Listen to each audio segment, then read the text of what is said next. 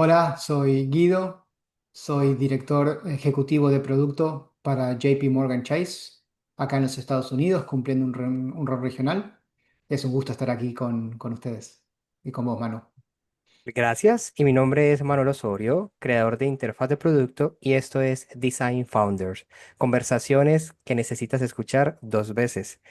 Guido, entonces, justamente con esa posición que ocupas actualmente en JP Morgan Chase, me gustaría que comencemos hablando de cuál es ese primer aha moment al aterrizar en la banca. Uf, es muy reciente, ¿no? Cambié de posición hace poquito. Vengo de una carrera muy larga, muy buena en DirecTV y en AT&T. Dentro de mis primeros 60 días te digo que lo primero que vi y me impactó mucho es ver una verdadera cultura de product management que no he visto antes, ¿no? He leído muchos libros que los tengo acá siempre conmigo como referencia en mi escritorio y, y veo replicado dentro de la cultura de la banca muchas de estas cosas que uno lee en los libros de Marty Kagan, de David Olsen. O sea, toda esta teoría está realmente aplicada. Ese fue mi primer aha moment. O sea, oh, esto va en serio, ¿no? Eh, la otra cosa que refuerza este mensaje que me impactó mucho es el nivel de la gente. Gente muy capacitada en producto, Manu. Pensá en gente muy capacitada de ex Amazon, ex Microsoft, ex Target, donde la cultura de producto que ellos tienen es muy fuerte y están trayendo toda esa cultura dentro del ambiente de la banca, lo que es muy poderoso. Y después el tamaño de la organización. El tamaño de la organización es monstruoso. Son más de 300.000 empleados. Cuando estaba en AT&T pensé que AT&T con 160.000 era grande. Y ¡pum! Dupliqué. Son 300.000, ¿no? Esos tres para mí fueron de las cosas más poderosas que he visto en los últimos 60 días y que me fuerzan a mí a ser un product manager más fuerte, ¿no? Me gustaría justamente mencionar algo importante y es de tu experiencia en estos primeros 60 días. ¿Qué consejos podrías trasladarnos a quienes ocupan posiciones también de directores de producto, product manager o head de producto? ¿Qué debería hacer una persona en sus primeros 60 días en una incorporación nueva? Ser muy curioso. La curiosidad creo que es uno de los elementos claves para poder aprender en una nueva organización, sobre todo de estas magnitudes, donde no es solo entender el producto al que estás asignado, sino entender las relaciones entre los de distintos equipos de trabajo con los que vas a estar interactuando en el día a día. Y dentro de los equipos es la gente, ese nivel de curiosidad, esa capacidad de poder hacer todas esas preguntas para entender, para llegar al nivel de granularidad necesario para poder tener un impacto, yo creo que es la recomendación más grande que te puedo dar, ¿no? Que les puedo dar a gente en posiciones similares a la mía que están cambiando de compañía, de industria, de producto. Yo pasé de DirecTV, entretenimiento, derechos de deportes. La Copa en su momento era la Copa Interoamericana. Habíamos inventado un montón de conceptos de deporte, de entretenimiento. Pasé a las telecomunicaciones. Aprendí de 5G, aprendí de experiencia de cliente dentro de las telecomunicaciones, que era un eSIM, que era un port-in, que era un trade-in. Y ahora pasé a banca. Eh, en la medida que uno va cambiando, si uno no mantiene esa curiosidad de hacer preguntas y querer aprender más y más y más, es muy difícil. Eh, Es muy Y, difícil. y mencionaste una palabra clave que es impacto. ¿Y cómo se ve el impacto desde tu rol? Es decir, ¿cuáles son las métricas que te quitan el sueño, por decirlo de alguna manera? ¿Qué es lo que persigues? Hoy en día estoy enfocado 100% de mi tiempo es a desarrollar productos internos para los 300.000 empleados que tenemos en el banco. Para mí es un mundo nuevo. Yo estaba acostumbrado a hacer como productos para el mercado externo, para el mercado de consumo general, ¿no? El B2C. Y esto es un desafío nuevo, pero la constante que veo y que en la que me estoy apoyando mucho es entender el problema que estamos resolviendo para el cliente. Cual sea el cliente, no importa si el cliente es un cliente pago que va con dinero y compra un servicio o compra un producto. Lo que estamos viendo es nuestros clientes internos también compran un producto, también deciden usar un producto interno, ya sea con su tiempo, con su dedicación, con la forma de hacer, prefiero usar tu producto a elegir otro medio alternativo. Hay elecciones y todo eso es lo que manejamos como gestión de producto. Para mí, vos me preguntás por una métrica y yo lo que te digo es, primero quiero entender qué problema estoy resolviendo para ellos, porque entender el problema que estoy resolviendo para mi público, las personas, ¿no? Las personas para las que estoy diseñando un producto, me va a decir la métrica por la que yo o sea, voy a morir y voy a estar desvelado todas las noches, porque a veces cambia. Claro. ¿No? Hoy estamos trabajando mucho en un producto interno que es para lo que es el onboarding de todos los nuevos empleados de la banca. Más de 50.000 personas al año. Entonces, ¿cómo hacemos para que el engagement, el time to productivity, que estén listos para poder performar en el nivel para el que fueron contratados, esos tiempos se acorten, ¿no? Entonces, dependiendo mucho de lo que estemos diseñando, va a ser la métrica. Pero ahí está el tema, saber qué estamos resolviendo.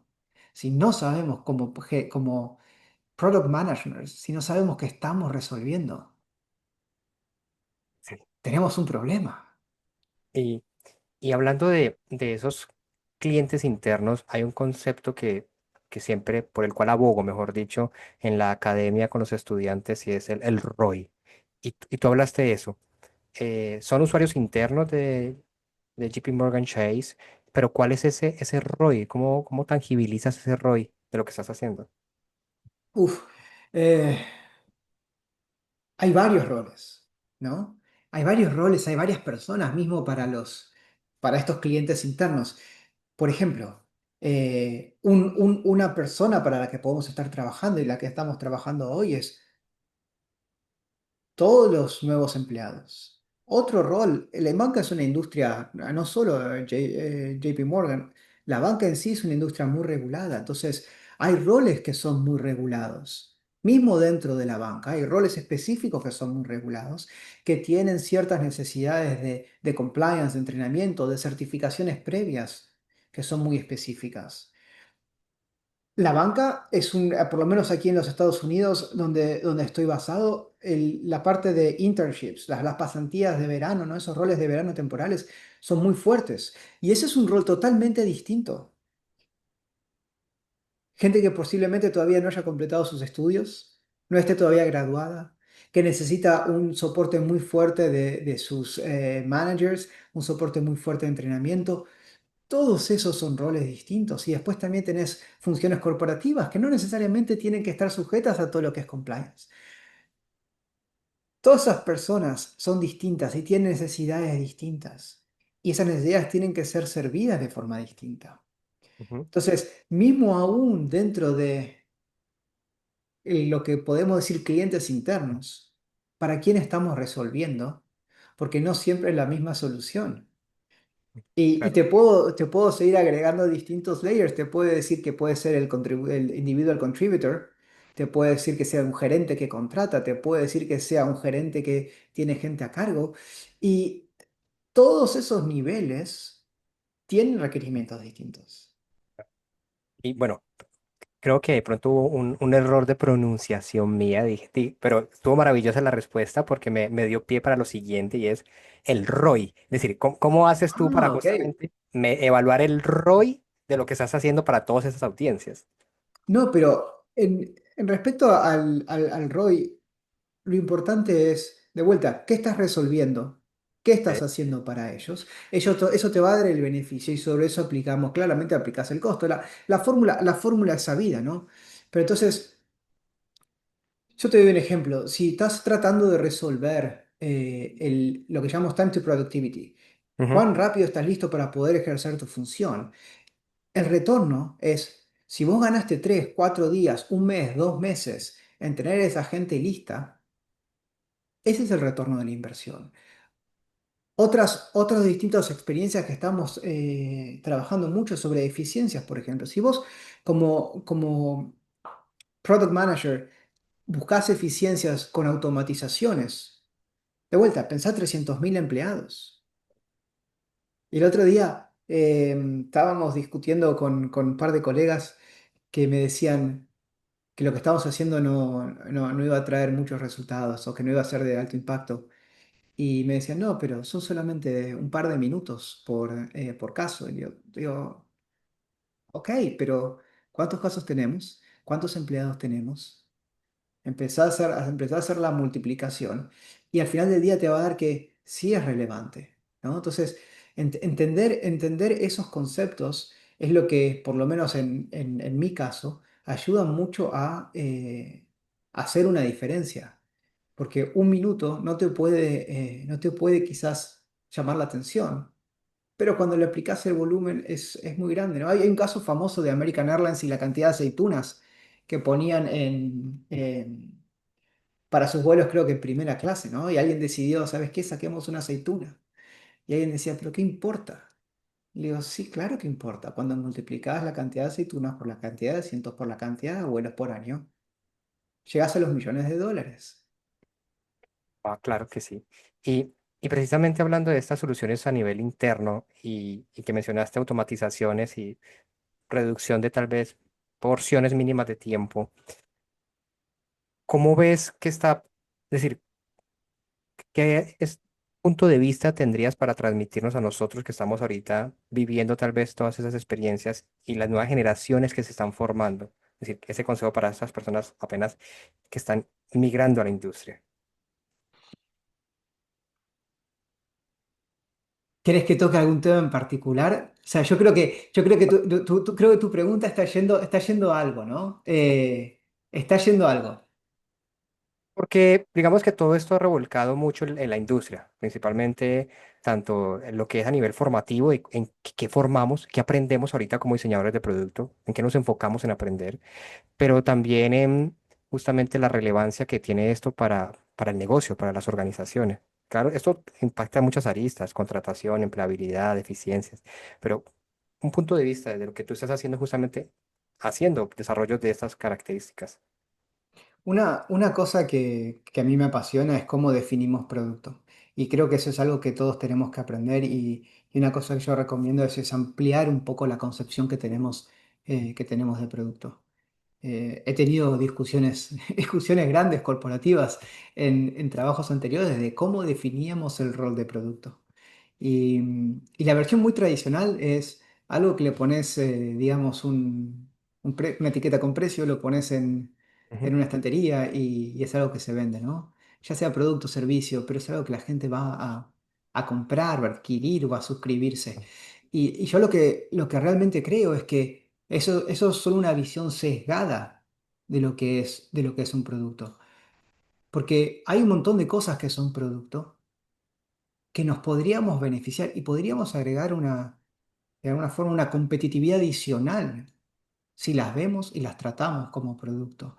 Y ejemplo de eso pueden ser este caso de eh, productos o servicios internos que nadie paga, nadie contrata, están ahí, pero si les aplicás la mentalidad de producto y cómo vos vas aplicando metodologías de mejora de producto, metodologías ágiles, de mediciones, de métricas, te van a hacer mejorar, te van a hacer más competitivo.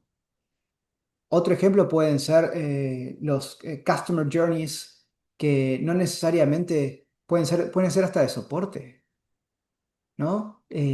Todo eso son productos. Son productos que la gente de vuelta, como decía, creo que decía al principio, la gente elige utilizar, suscribirse con su uso, con su tiempo. Te está pagando de alguna forma, algo te está dando a cambio, Claro. ¿no? Entonces, creo que eso, como así vamos capacitando a la gente en producto, es extender esa visión del producto que es, no es solamente algo que está en una estantería para venderse o para suscribirse. Eso es algo que yo trato de empujar mucho y he tratado de empujar mucho a lo largo de los últimos años. ¿Vale? Podría, listo, porque me gusta lo que planteas, más que todo partiendo tal vez de una posición muy personal de lo que identifico en el mercado y es que muchos profesionales coinciden que producto es saber hacer UI, es decir, saber Figma, por ejemplo. Entonces se queda mucho en el pixel, pero tú estás ampliando un poco el espectro. Maravilloso. La parte de diseño de producto es solamente un componente, ¿no? Vamos como a las etapas de producto. Lo primero que tenemos que hacer como product managers es para quién estamos resolviendo, quién es nuestra persona. Como product managers, te diría que hasta la parte de diseño está muy lejos todavía. Ujú. Conoces a tu audiencia, a tu persona. Nuestro rol, yo creo que como product manager, lo primero es entender de arriba abajo, desde todos los ángulos, tu cliente, la persona para la que estás resolviendo. Y una vez que la entendés, entender qué problemas tiene y cómo los vamos a resolver. Y además te diría, en el medio está no solo qué problemas tiene, sino cómo priorizás esos problemas, cuáles son los más importantes para tener el retorno que mencionabas antes. Ujú. Y después, recién ahí te vas un poco a cómo los vas a resolver y empezás a diseñar. Y recién ahí viene todo los ejemplos que mencionabas de el pixel, Figma, el diseño. Sí, en la mayoría de los casos sí, tienen que tener un buen UX, tienen que tener un buen UI, pero si vos no sabes lo que estás resolviendo y no conoces a las personas para las que estás resolviendo, casi te diría, a veces es inútil. ¿Por qué mi producto se ve súper bien? Pero ¿por qué no despega? Porque estás resolviendo los problemas equivocados. Y, y con esto que me expones de los problemas y las diferentes audiencias, tú desarrollas producto casi que en diferentes, a nivel global, digamos, que en diferentes idiomas, tal vez gente que habla español, portugués, inglés, entre otros. ¿Cómo se, cómo has vivido esa experiencia de lo que llamamos nosotros tropicalizar, puede ser la palabra, un producto con múltiples idiomas? Eso es una buena pregunta, ¿no? Y he visto distintas experiencias y algunas divertidas. Sobre todo, mismo, vos decís tropicalizar, ¿no? Pero mismo dentro de la tropicalización hay distintos sabores, si querés llamarlo así. ¿No? Cuando estaba en DirecTV, que era un rol para Latinoamérica, Ujú. ¿sí? Viajaba mucho, ¿no? Iba mucho a Colombia, iba mucho a Venezuela, eh, viajaba bastante por todos los países y siempre hay cosas que me llamaron mucho la atención. Y una de esas es cómo las distintas culturas, cómo lo que es tropicalizar, cómo esas distintas culturas responden la misma encuesta de forma distinta. Entonces vos veías el mismo producto, Sí. con los mismos problemas. En Colombia la satisfacción siempre era 10 puntos por arriba de Argentina. Y vos decías, hay un problema en Argentina. No, no hay ningún problema en Argentina. Es el mismo producto. Pero cada cultura responde distinto. En Argentina tienen la vara, no sé si más alta o son más ácidos o son más rígidos al momento de responder. Y ese es un ejemplo. La atención al cliente es otro. En DirecTV teníamos call centers en Colombia, en Argentina. Y la calidad de atención en los dos era totalmente distinta. La calidez con la que atendían a los clientes era totalmente distinta. Y hay historias muy divertidas, ¿no? Entre cómo atendían dentro de los call centers en Colombia contra los call centers de Argentina, y vos veías esas diferencias culturales. Entonces, vos decís tropicalización, pero aún mismo dentro de Latinoamérica tenemos idiosincrasias muy distintas. El, El último producto que manejé en DirecTV fue DirecTV Go, ¿no? La plataforma de streaming.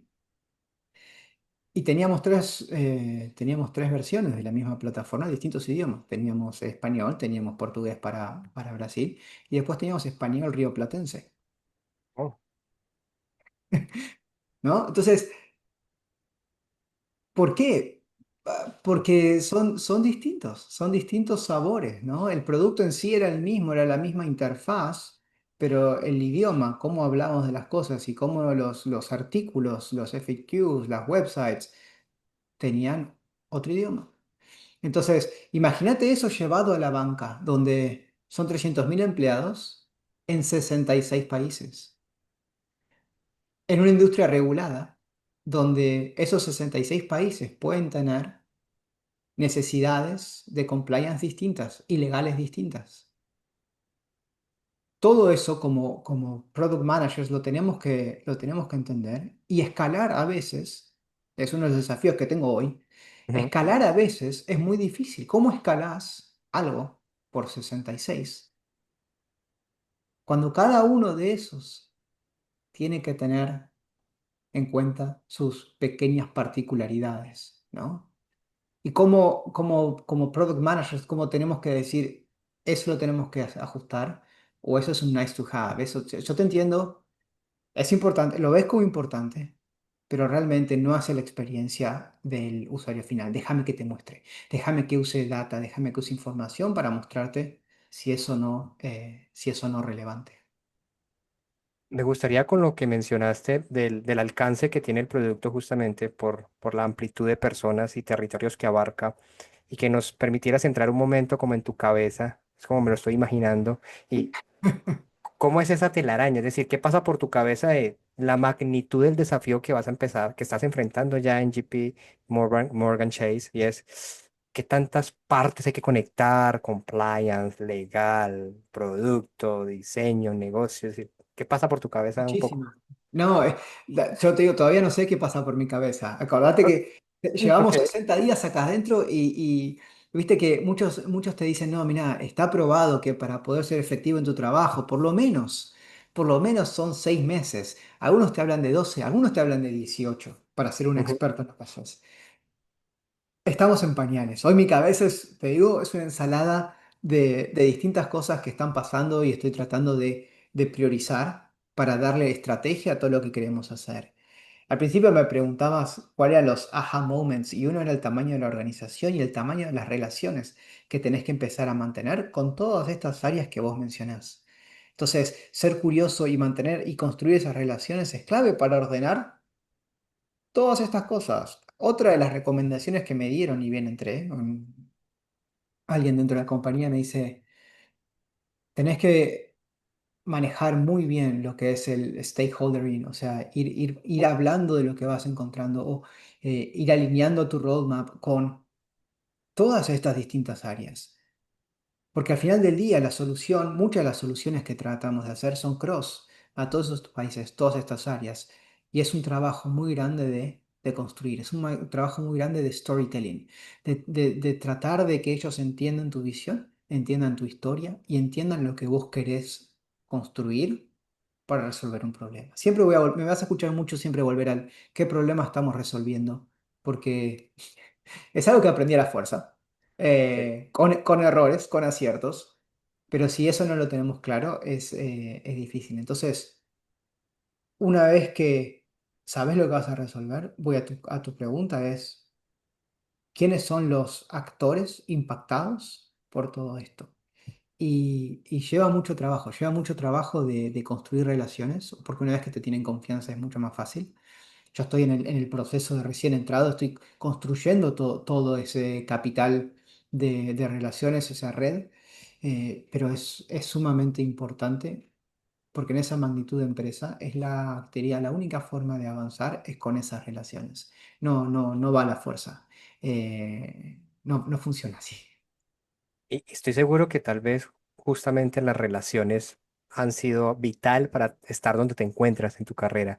Y partiendo de esa premisa, me gustaría que nos compartas cuáles son esas habilidades blandas, las denominadas power skill o soft skill, que tú aconsejas que el talento que se está formando o los que ya trabajan deberían darle prioridad.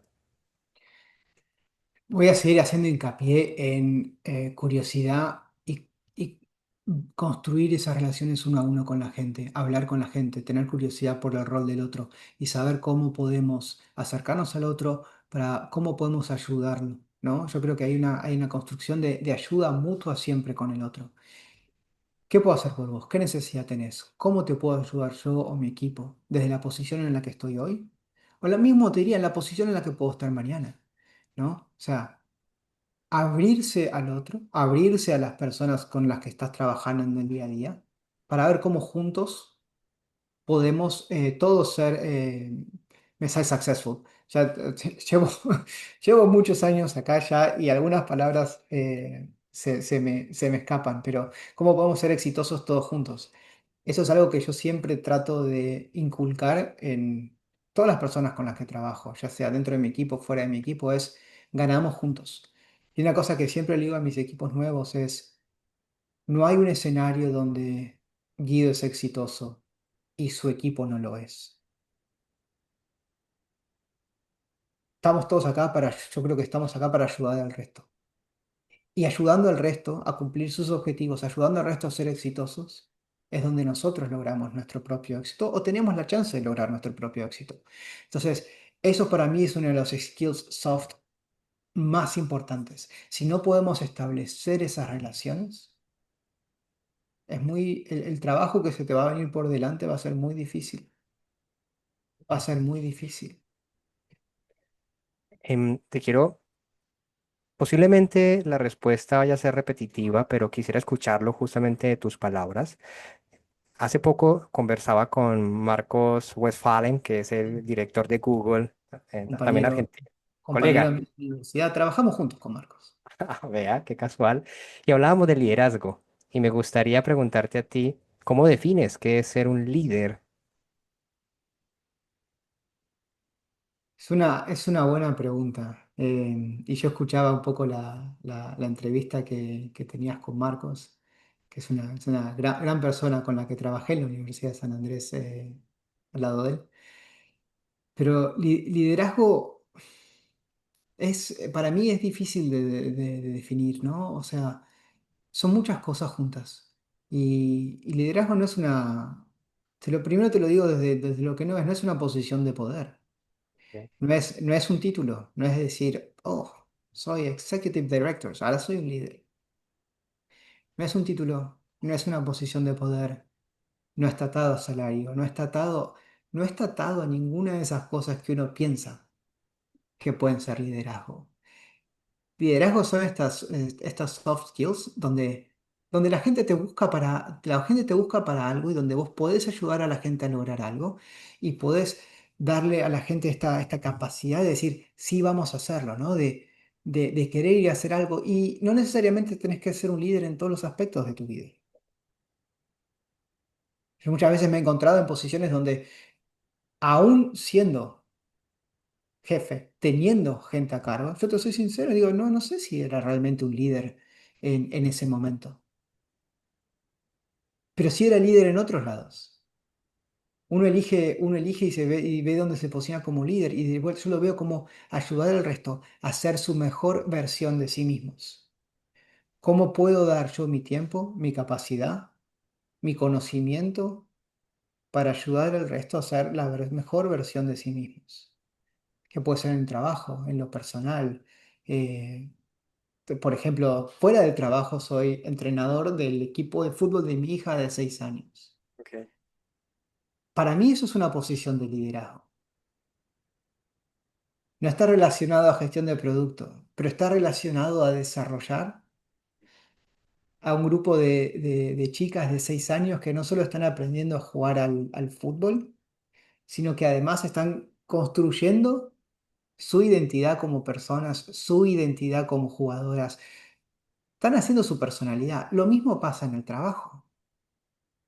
¿Dónde nos planteamos como líderes para ayudar a determinados grupos? Y a veces lo puedes hacer con tu equipo directo, a veces lo puedes hacer con grupos en los que sos mentor, Ujú. a veces lo puedes hacer con pares, y a veces puedes ser el líder de tu propio jefe, para arriba. ¿No? Hay toda una movida muy nueva que es Creo que el nombre es reverse coaching, ¿no? Una cosa así, donde en vez de buscar a alguien, un par o alguien de arriba tuyo para que sea tu coach, buscas a alguien de abajo para que sea tu coach.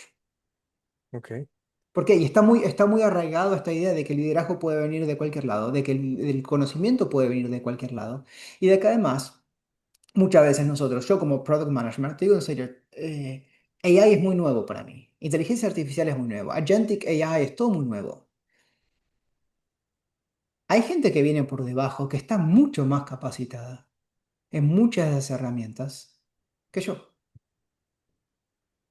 ¿Por qué claro, no buscarme líderes en esas áreas, gente con el conocimiento en esas áreas, y trabajar con ellos? Y que ellos me coacheen a mí. claro.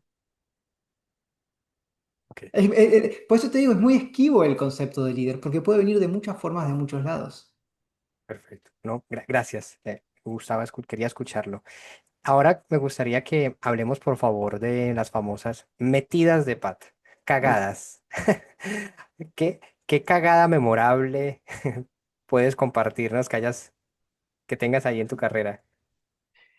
Yo te venía diciendo el tema de saber que estamos resolviendo para el cliente, ¿no? O sea, entender el problema. Y creo que esa es una de las más grandes. No haber empezado con esa pregunta muchas veces.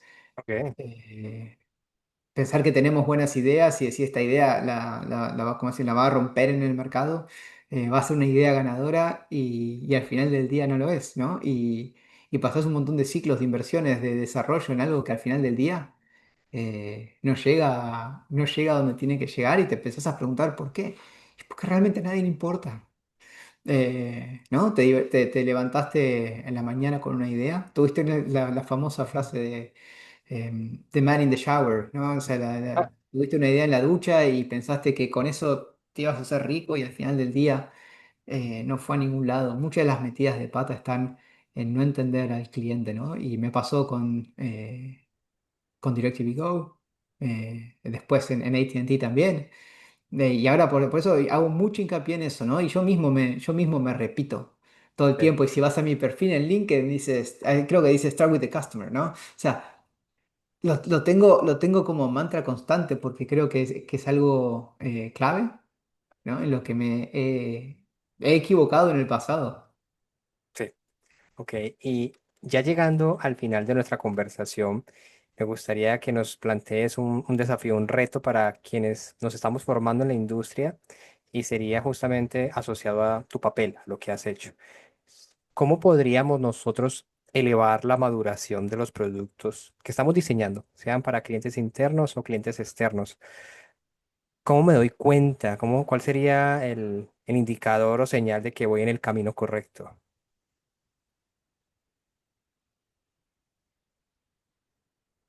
Te podría hablar de métricas, Ok, ¿no? Te vale, podría decir usabilidad, te podría decir adopción, te podría decir eh, cuántos vuelven y como la reincidencia en la compra o en el uso. Pero hoy en día, desde donde estoy yo, otra de las métricas que son un poco más subjetivas está atado a emociones. ok, Está atado a las emociones de estas personas de las que tanto te hablé, de qué problema estoy resolviendo.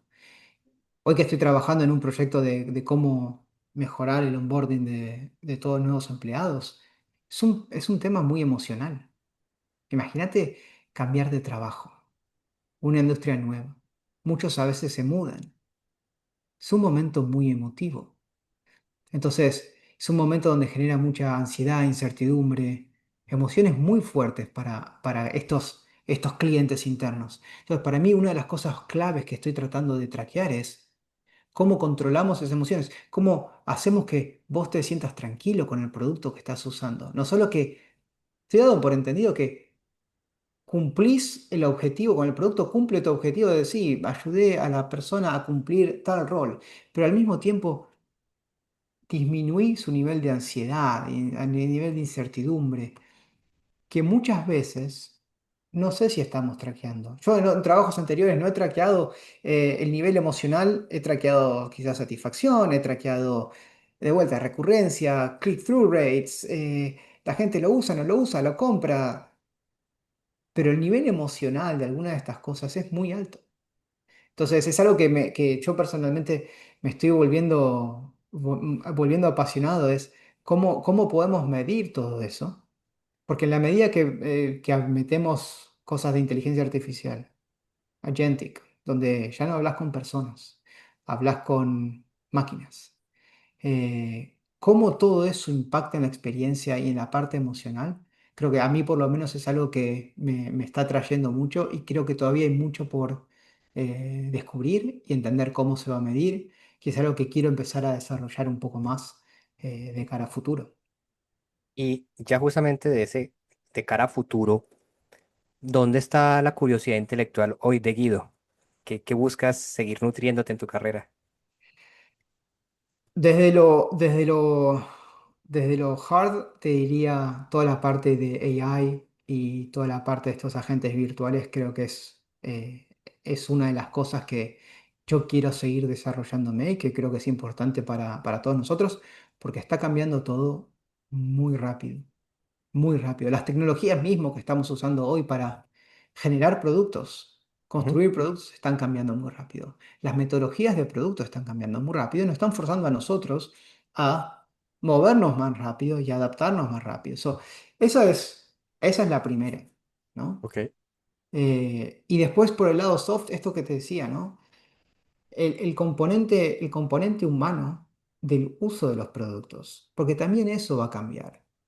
Nuestra ok. relación con determinados productos va a cambiar en la medida que cada vez tenemos menos interacciones de persona a persona.